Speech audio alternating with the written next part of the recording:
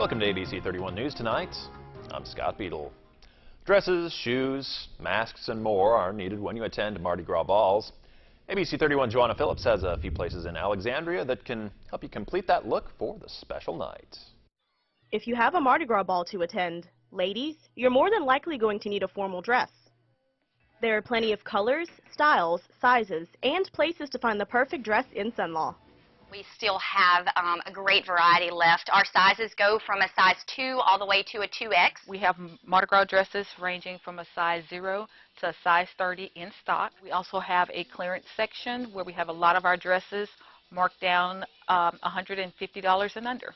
And if you fall in love with a dress, but it doesn't fit exactly how you'd like it, places like Formals Plus offer alterations. The best part is they'll do alterations on dresses bought from any store. We have an in-store seamstress that can do your alterations the same day or by the end of the week. These places also offer jewelry, masks, and other accessories to complete your look. These local businesses are here to help you find the perfect dress for your Mardi Gras ball so you can look like this and let the good times roll. Joanna Phillips, ABC 31 News. The Sheriff's Office is asking for the public's assistance in locating a runaway juvenile, Cameron Craig. Deputies from the Tioga substation received a report that Cameron left his residence in the Tioga area yesterday morning around 1:30. He's 14, he's about 5'8" and weighs about 160 pounds. He has brown hair and green eyes. If you have seen him or have any information concerning Cameron Craig, please contact the Rapides Parish Juvenile Detectives, and they do ask that you get a hold of them as soon as possible. This is tax day, sort of, for the state of Louisiana. Starting today, the State Department of Revenue begins to accept 2017 state individual income returns. It also coincides with the date the IRS begins accepting federal returns. State authorities recommend you file electronically and update your personal information if your name or address is changed during the tax year.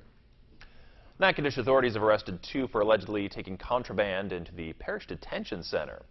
They are 36-year-old Betty Kelly and 20-year-old Kenwick Jewett, both of Natchitoches. Authorities say they located meth, morphine, crack cocaine, ecstasy, and a stolen revolver. Kelly had been an employee of the Aramark Food Service, which is contracted by the prison. The newest canine officer in Rapides Parish helped deputies track down a suspected burglar. Last week, deputies responded to a call on McKeithen Drive of a burglary in process. When they arrived, witnesses say Stephen John Lazione had fled through the back of the residence. A canine handler was called in, and Canine Benny was released to pick up the trail. Deputies say the dog tracked the suspect for over a mile through a tree line and into a swamp. He was then spotted under a tree and taken into custody. Lazione is charged with burglary, criminal damage, and other offenses. The governor has appointed 2 area residents to the State Cybersecurity Commission. They are Major General Glenn Curtis, the Adjutant General of the State National Guard, and Mark Northrup, who is the Chief Information Officer for CLECO. Both of them are from Pineville. Time now for a first check of your forecast with meteorologist Kim Walker. Kim?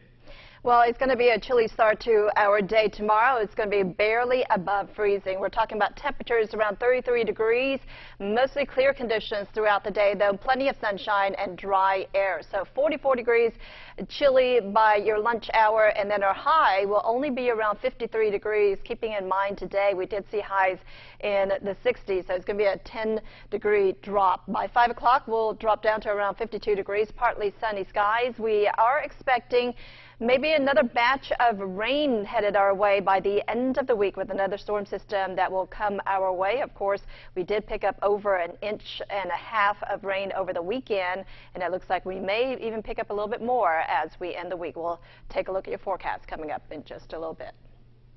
All right, thank you, Kim. This weekend in Pollock, it was the kids' turn to take center stage in the Mardi Gras celebrations.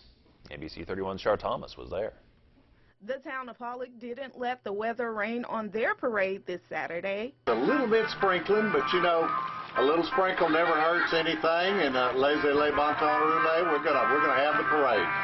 Kids are showing up, Moms called me and said, you best not call this parade off. The 13th annual Crew of Pollock's Children's Mardi Gras Parade was a little different this year. 5 children participated in the parade dressed in Mardi Gras attire, along with Mayor of Pollock, Jerome Scott.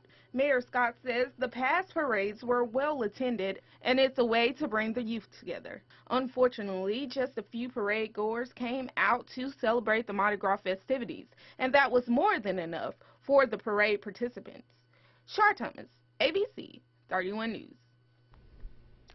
The Junior League of Alexandria is offering scholarship opportunities for female high school seniors. Okay, so we have a scholarship program for female high school seniors who are planning to go to college that have exemplified volunteerism, you know, done missionary work, anything great with the community that they've given back. So we have 5 $1,000 scholarships for them. And for more information, you can visit their website at jlalexandria.com.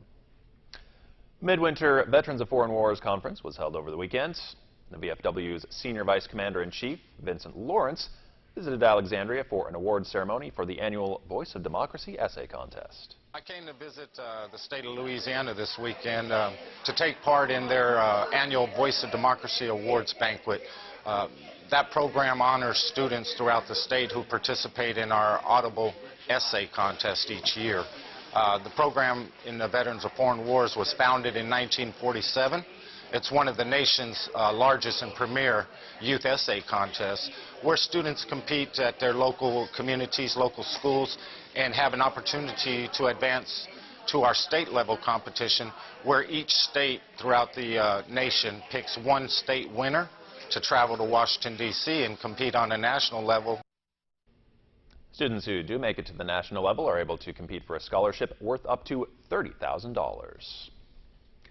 The Alexandria Pineville Area Convention and Visitors Bureau and Rapides Parish School Board have announced the winners of the Louisiana High School Athletic Association Girls Basketball Championship Official Program Cover Art Contest.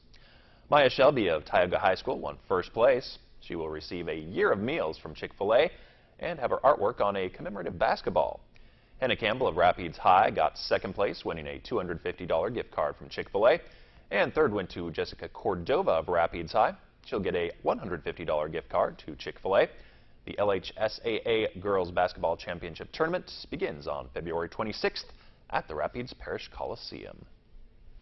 The CDC now confirms this is the worst flu season since 2009, with 39 states reporting high flu activity last week. That's up from 32 the previous week. With more now on the latest developments in the deadly flu epidemic, here is ABC's Elizabeth Herr in New York. From free flu shots for children in Texas to entire districts closing schools in at least 6 states. We felt like at the end it was what was best for our kids and our school. The dangerous spread of the flu virus has school officials taking action and parents on alert. Right now, a lot of people getting sick. Every children's getting sick. According to the CDC, 39 states are still reporting high flu activity and still claiming lives, including this 12-year-old from Florida laid to rest this weekend. He's among at least 37 children who died from the flu this season. I think this is a great opportunity to teach our children about certain symptoms. Even though they might have a fever, their temperature is high, they might feel cold, they might have fatigue, headache, body aches. So experts say teach your children what to look for and who to talk to. And across the country, health officials say they're not just concerned about children. In Minneapolis, the Super Bowl staff and volunteers are keeping busy sanitizing everything in sight, with organizers there anticipating more than 1 million fans to pack the streets this weekend. Health officials say the flu can stick around until March or even April, and so if you haven't already, experts say your best defense is getting that flu shot. Elizabeth Herr, ABC News, New York. Stay connected with KLAX ABC31. Visit us online anytime. Get today's top stories and trending topics. Like us on Facebook. Follow us on Twitter. See our pics on Instagram. Watch us on YouTube. And make KLAXTV.com your home for local news and information. Plus, download the KLAX weather app for your smartphone or tablet. Get live current conditions, radar maps, alerts, and more. More ways to stay connected with KLAX TV.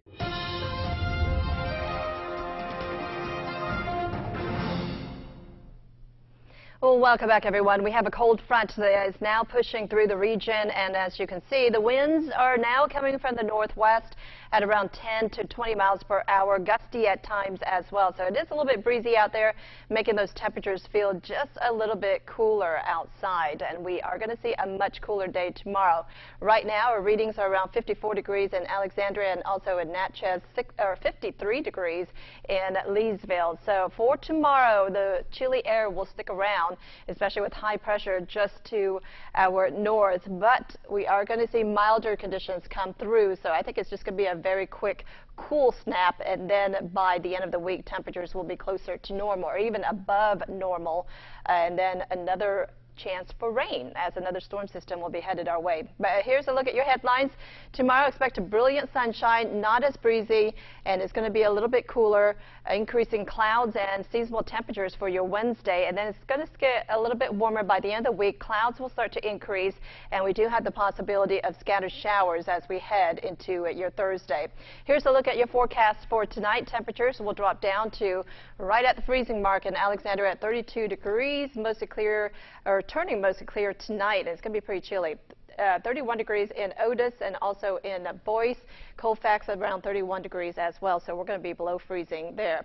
Temperatures tomorrow only around 53 degrees for the afternoon high, 53 in Boyce and also in Otis, but Oak Grove around 48 degrees and Walters around 52 degrees. Plenty of sunshine as dry air makes its way into our area, but notice those winds, they will be coming from the northeast. It's not going to be quite as breezy as what we had today, so light winds tomorrow, and then as we make our way into your Wednesday, temperatures will start to warm up. So we're looking at a high of around 64 degrees, increasing clouds in the afternoon, and then we have a shot of rain as we head into your Thursday, and it's going to get up to around 71 degrees.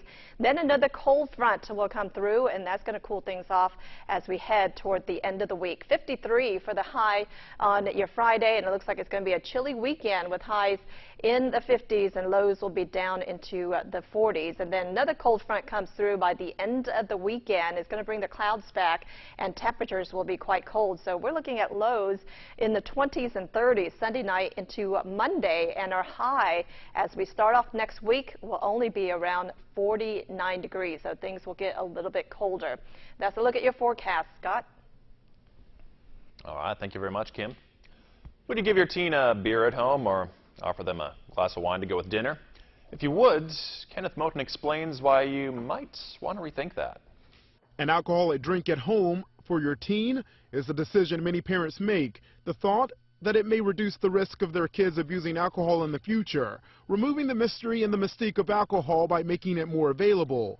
But this week, a new study from the National Drug and Research Center in Australia, taking a closer look at what these parents are doing to find out if there's actually any real benefit. Surveying a group of parents and teens over a 6-year period, they found that the teens who got alcohol from their parents were actually more likely to obtain alcohol from an outside source later on. These teens also less likely to suffer common harms of alcohol like binge drinking, abuse, or dependence.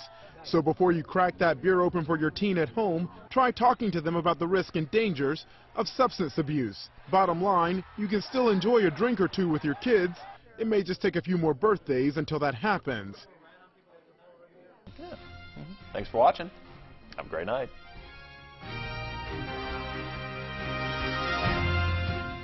When a case seems unsolvable, they see the incredible. Murder, motive, secrets. Bones Weekends. Watch Bones weekends on KLAX ABC31. When it comes to cleaning up the streets of Boston, this is who I am. This is what I do. Now get me in there. He did it, and I know where the proof is. It's ladies first. Rizzoli and Isles. Weekends at 11 on KLAX TV.